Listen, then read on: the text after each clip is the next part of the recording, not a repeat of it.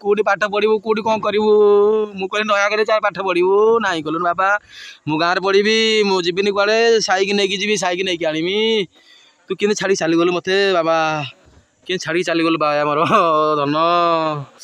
ए मो बाया ए मो बाबू ए मो धन फेरिया मो धन से सांग हो कि 3 जन जाक आसते पोखरी की गाधेवा कौन सी कारण भी पोखरी रे बुड़ी की माने गाधुआ पाधा समय केमती असावधानता जोगु ये घटना घटी जहाँकि अत्यंत हृदय विदारक से मैंने एक बाहागर भोजी की जोगदाय आसते आम गोड़ीबिड़ा को जड़े आम निर्वाचन मंडली एवं आमर नुआगाँ ब्लॉक रो खालमड़ार एवं आउ जड़े पोड़ा साहीर से मैंने बाहागर भोजी रे जोगदेला से मैंने आज सकाळू पोखरी की गाधोया जाते पर देखला बेलू से मैंने पोखरी बुड़ी मृत्युवरण कर मृत्युर विभीषिका साजी ये सही पोखरी जलदस्यु भाव आज 3 जन छोट शिशुंर जीवन को नहीं जाइए देखु आम यही पोखरी निकट में उपस्थित अच्छा यही पोखरी निकट में आम उपस्थित रहीचु एवं आपन को देखा चाहूँ कि जे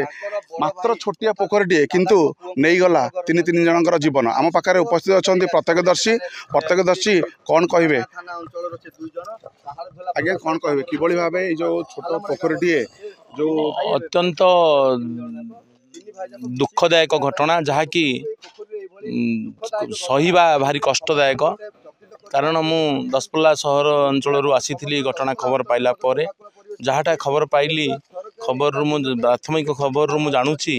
जे जो छुआटी मला ता बड़ बापा पुअर भाईर बाहागर थिला एवं बंधु बांधव ता सहित घर को बंधु बांधव भी आसते तार माउसी भाई मामपो भाई एमती आसते जहाँकि नुआगाँ नयागढ़ अंचल से 2 जन जाक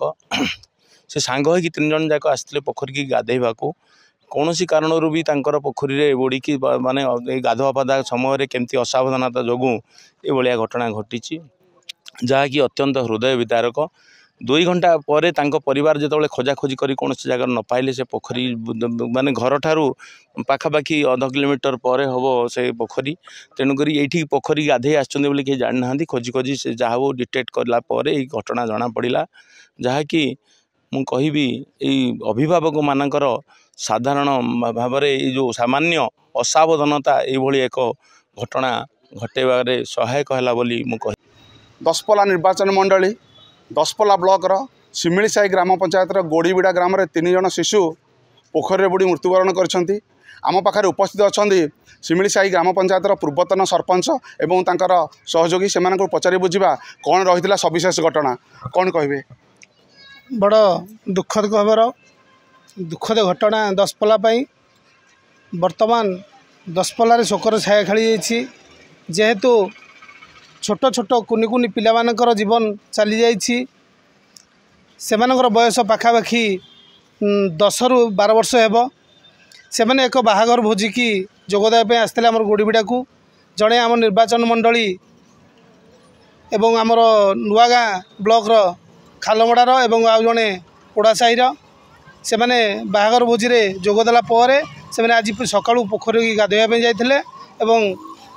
पर देखला बेलू से मैंने पोखरी बुड़ी मृत्युवरण कर प्रथम गोष्ठी स्वास्थ्य केन्द्र को दसपल्ला अणा एठारे डाक्तर मृत घोषणा करते कपाल लिखन केकरीवान 3 जन शिशु भविष्य देखा आगु चलीगला जीवन से माँ बापा एवं समस्त संपर्क मानकर कांदना देखी आपण बुझीपारे केते थिला दुख एवं दुर्दशार कहानी। नयागढ़ जिला दसपल्ला रश्मिरंजन परिड़ा प्रतिदिन टीवी।